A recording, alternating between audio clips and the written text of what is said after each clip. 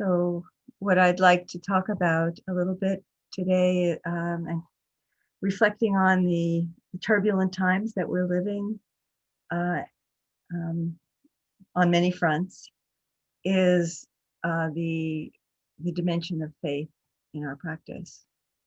And I don't think faith is a word that's often used especially in the early Buddhist tradition, that the insight practices are based in primarily.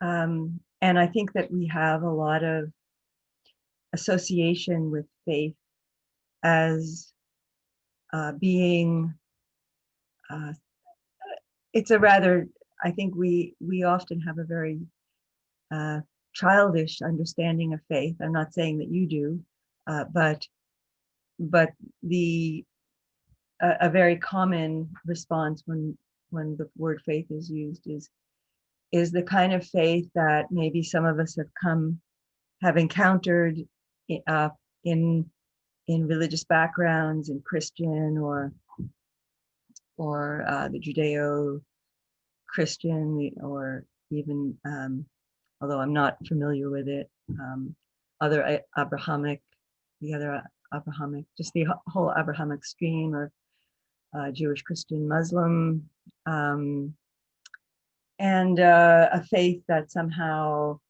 um, that some higher being will fix things, and often fix things in the way that we want them. That people uh, kind of have this idea of faith. So I don't understand faith that way, and especially in the Buddhist tradition, I understand faith, or another word that we could use is trust,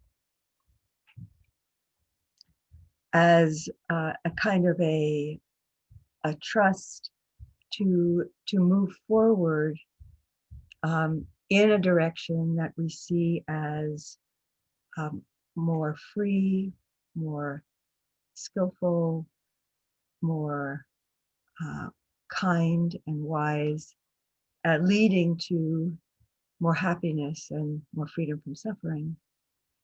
And in a way, our faith is connected to our sense of the lineage. And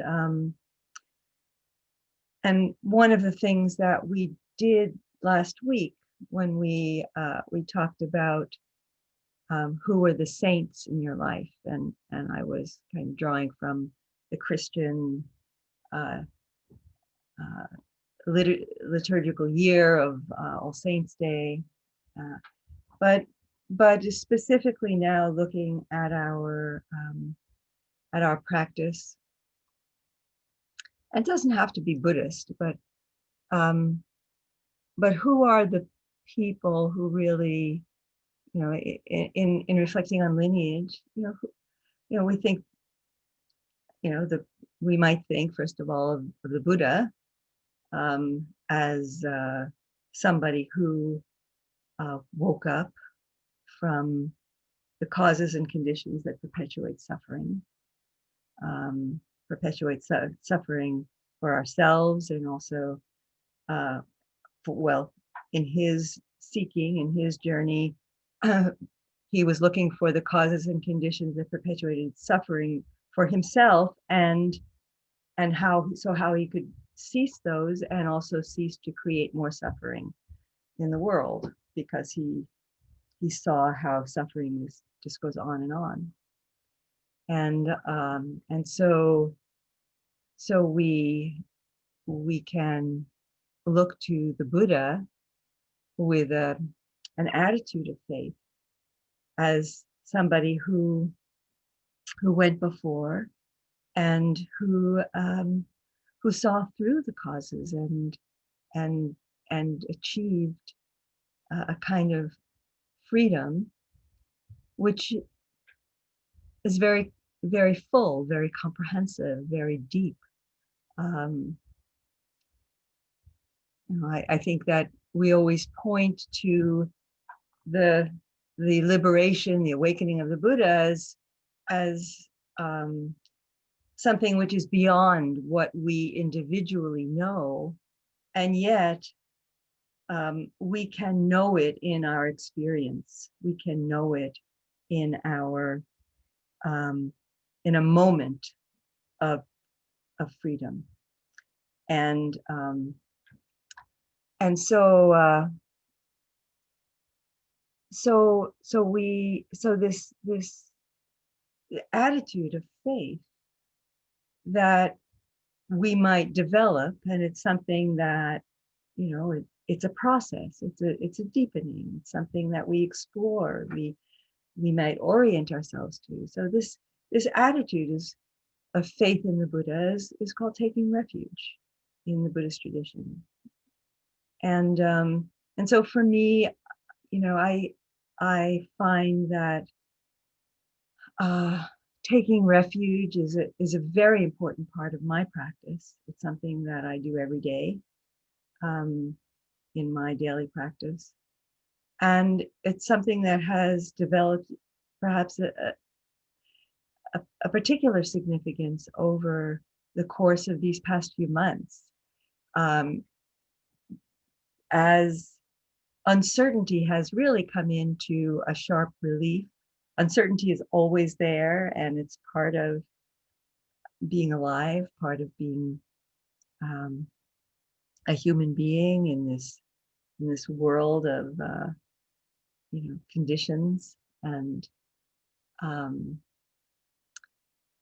but sometimes uncertainty seems even more uncertain than other times. Sometimes things seem to be a bit more stable in some ways. So it may be illusory, but we experience it differently. So yeah. So in these last few months, a lot of turbulence, um, and so taking refuge in the Buddha has been very important. But taking and of course there are three jewels that we take refuge in: the Buddha, the Dharma, and the Sangha. And so taking refuge in the Dharma, well, just I wanted to say more about taking refuge in the Buddha. The Buddha, taking refuge in the Buddha is, in a way, just like we talked about these people who modeled something for us in our lives. We talked about this last week. That awakened something, that inspired us, that helped orient us in a certain direction, that helped us to feel seen, received, heard, valued. And so with that confidence, we were perhaps just a little bit more empowered to bring forth that which is good and wholesome and beautiful within ourselves. So, um, so, and so with the Buddha, there's a fullness of that uh, kind of view, that vision of what a human being can be. And so we can look into ourselves so that the sense of faith, I mean, one of the reasons why I think people often shy away from the word faith is because it we experience it as something directed outward, outside of ourselves. And so really uh, it's we can only, I think, truly have faith when we recognize that it's what's alive in us that responds to that vision, that view of being in a manner, in a way, in a quality of being which is wise and wholesome and loving, that which responds to that is what is that within us. So it's that aliveness of the Buddha within each one of us that is kind of waking up and feeling enlivened in the kind of looking to that being that we might imagine is outside of us. So ultimately, the taking refuge in the Buddha is something that we're taking refuge in our own capacity. And the Buddha said, when you take refuge in the Dharma, you're taking refuge in me. You know, when you connect with the Dharma, that's how you connect with me. When you know the Dharma, that's how you know me. And so we're learning the Dharma. And how do we learn the Dharma? It comes alive in us by our practice. So when we see, yeah, they're suffering. They're suffering, you know, in this moment, they're suffering. And we ask, what are the causes of suffering? You know, so I'm pointing at the Four Noble Truths, one of the most basic templates of the Buddhist teaching. What are the causes of suffering?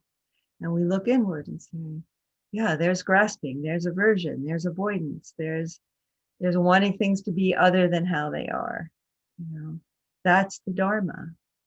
And we read the Dharma, we hear the Dharma, and then we we really learn the Dharma. We really learn how to let go of the causes of suffering by looking at our own experience, by looking inward. And then the third noble truth is realizing freedom. So in seeing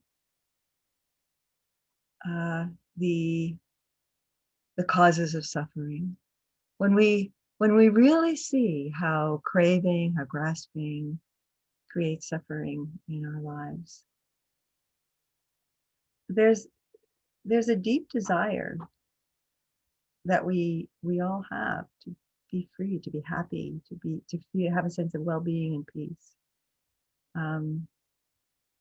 It's a beautiful, innate part of our being. And so when we clearly see how we're creating the causes of suffering, there is a letting go.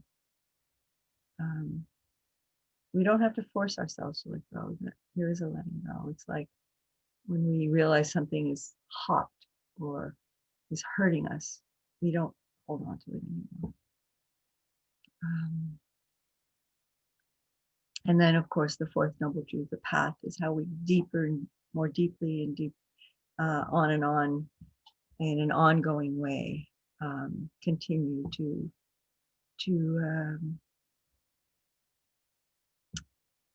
abandon the causes of suffering, to let go of the causes of suffering in our lives, and to develop wholesome qualities that bring happiness and well-being.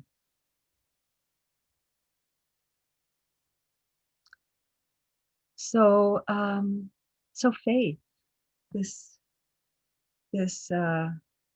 faith which is deepened through practice, through experience. So it's trust or faith that we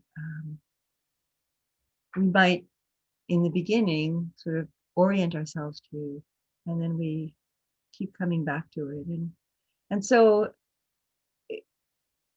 just to complete the thoughts about this is, you know, in these times of uncertainty, taking refuge and reaffirming trust and faith in the three jewels, Buddha, Dharma, Sangha, for me has been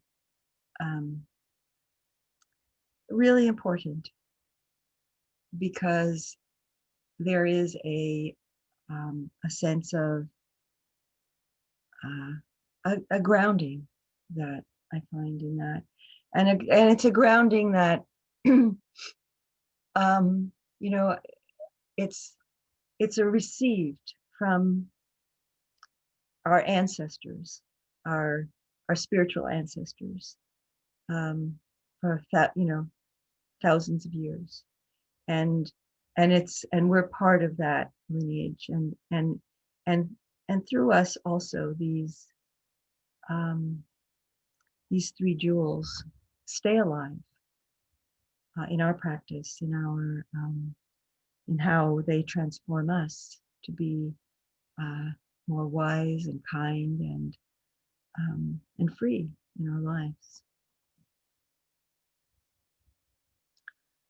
So so let's move now into meditation.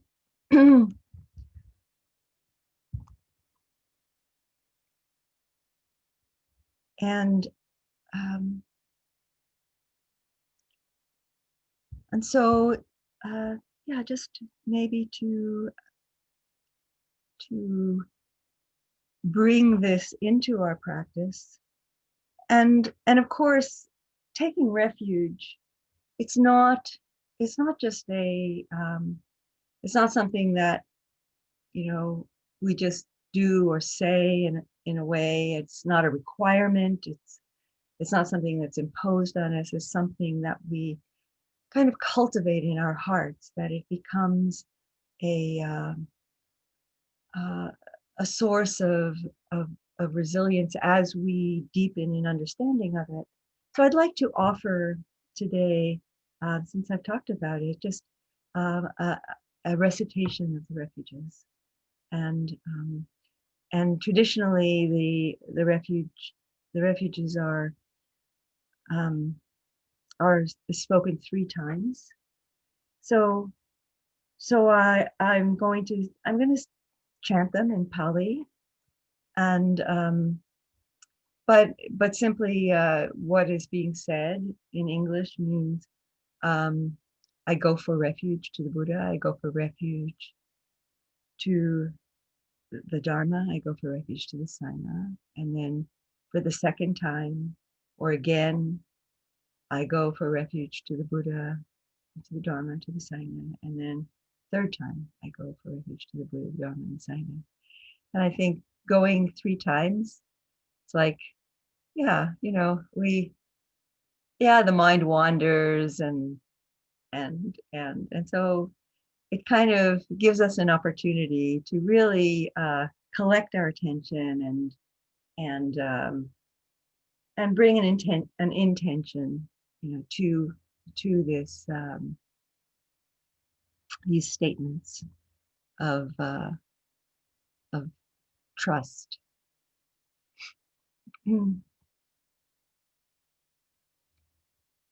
it begins with a statement of homage to the Buddha, the fully enlightened one.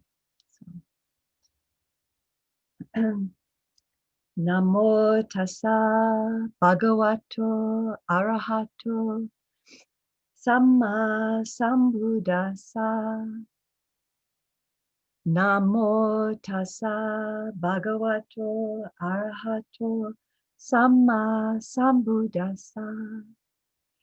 Namo tassa bhagavato arahato samma sambuddhassa.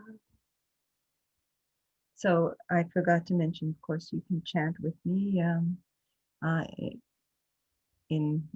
mics are turned off, but please feel free to chant with me. Buddham saranam gacchami, Dhammam saranam gacchami, Sangham saranam gacchami. Dutiyampi Buddham saranam gacchami. Dutiyampi Dhammam saranam gacchami. Dutiyampi Sangam Saranam Gacchami. Tatiyampi Buddham Saranam Gacchami. Tatiyampi Dhammam Saranam Gacchami. Tatiyampi Sangam Saranam Gacchami.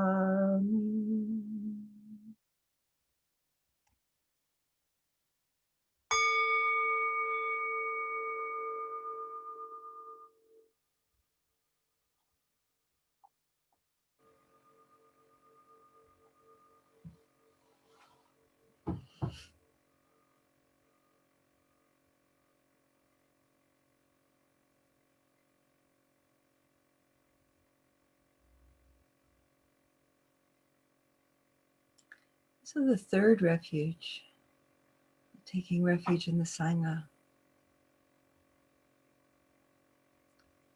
is we could just perhaps bring that to mind now as we open our heart and awareness to those who are practicing with us in this moment, those who are in this little cyber circle,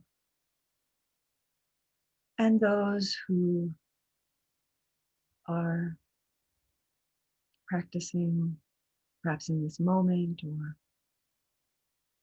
whose hearts and minds, and in whatever way they might express, are aligned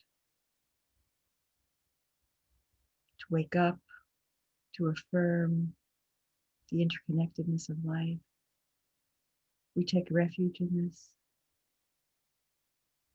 We take refuge in all the beings, sentient, non-sentient, all the, the conditions, aspects, forms of Mother Earth that support us in our practice, support us in our lives.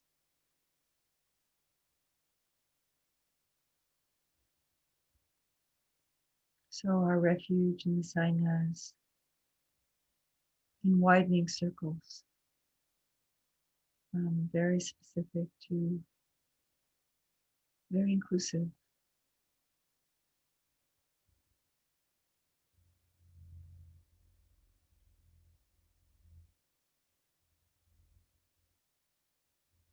Feeling the earth beneath us, supporting us.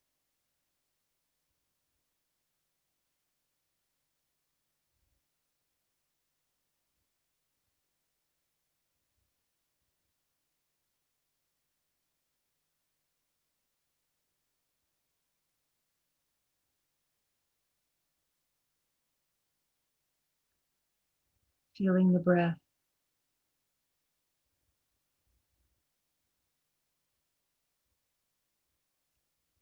expressing our interconnectedness with all life.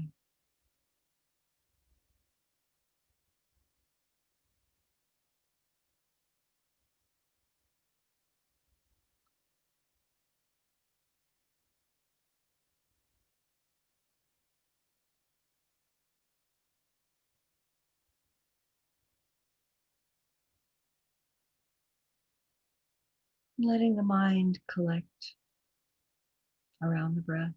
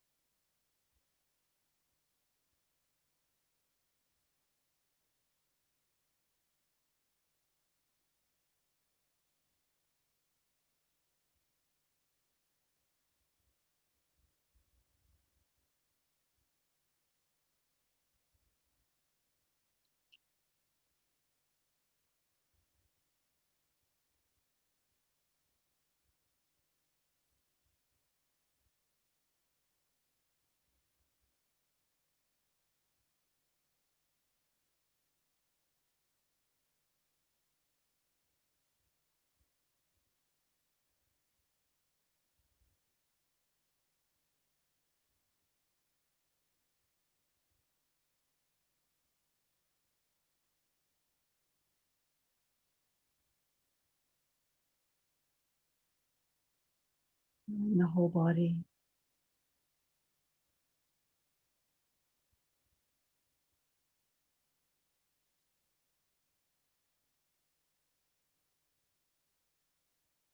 Alive.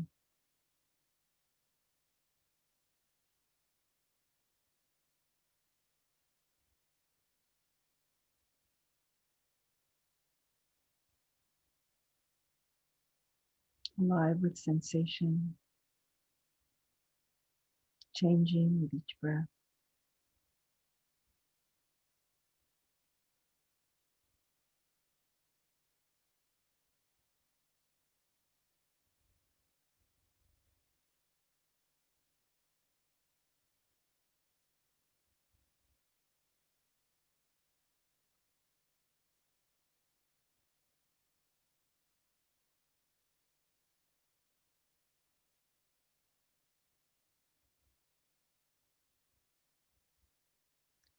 And our commitment to begin again in practice, to relinquish the mental habits that we get caught up in again and again. Just come back to the openness, simplicity of the body, the breath, awareness.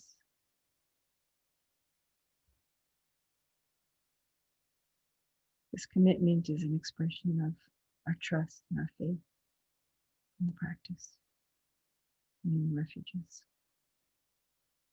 So let's continue in this way.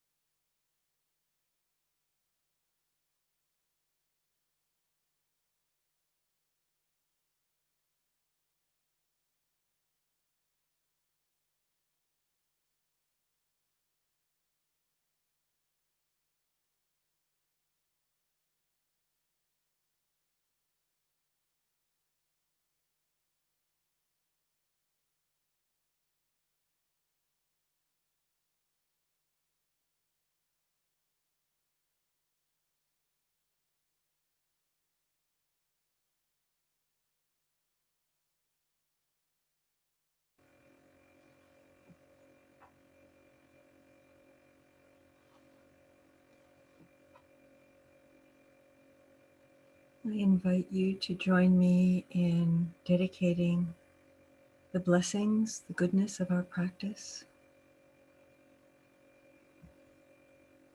May the blessings of my practice and of our lives serve the happiness, well-being, and liberation of all beings.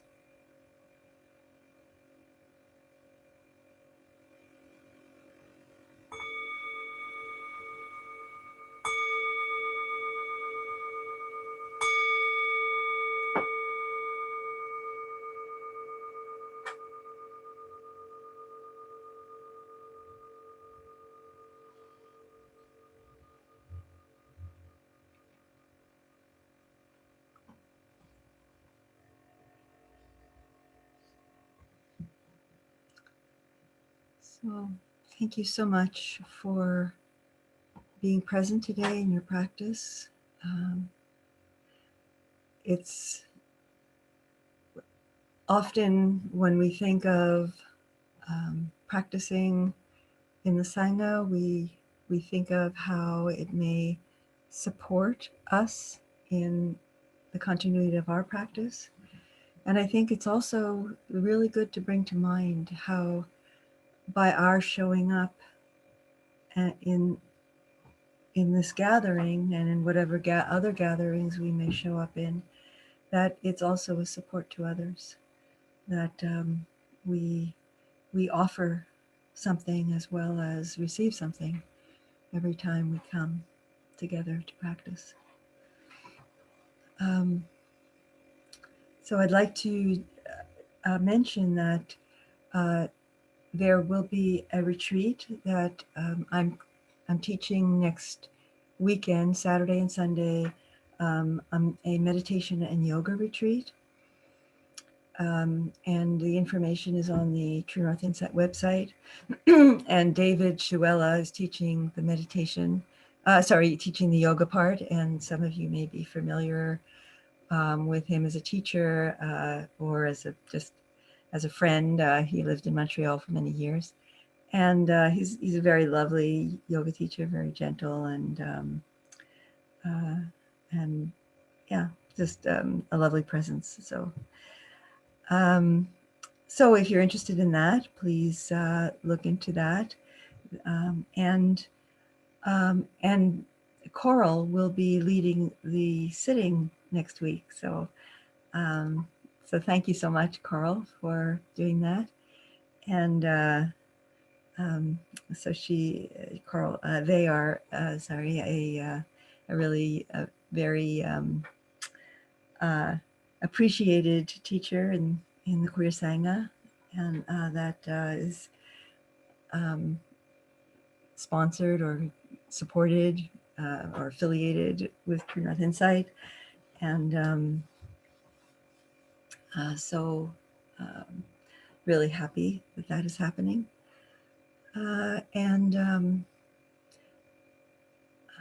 Yeah, so then I will see you at the week after that. Yeah, and just to mention about Donna, thank you for your ongoing support, your Donna. It's really appreciated, very helpful to me in my livelihood as a teacher, and your support for True North Insight also very much appreciated. So be well. Much love to you all. You please unmute yourselves if you like and say goodbye. Wish each other well. Yeah. Take care. Thank you. Thank you. Thank you. Have a good week. Thank you all. Thank you, Daryl. Thank you for being here. Bye, everyone. Bye. Bye. Bye.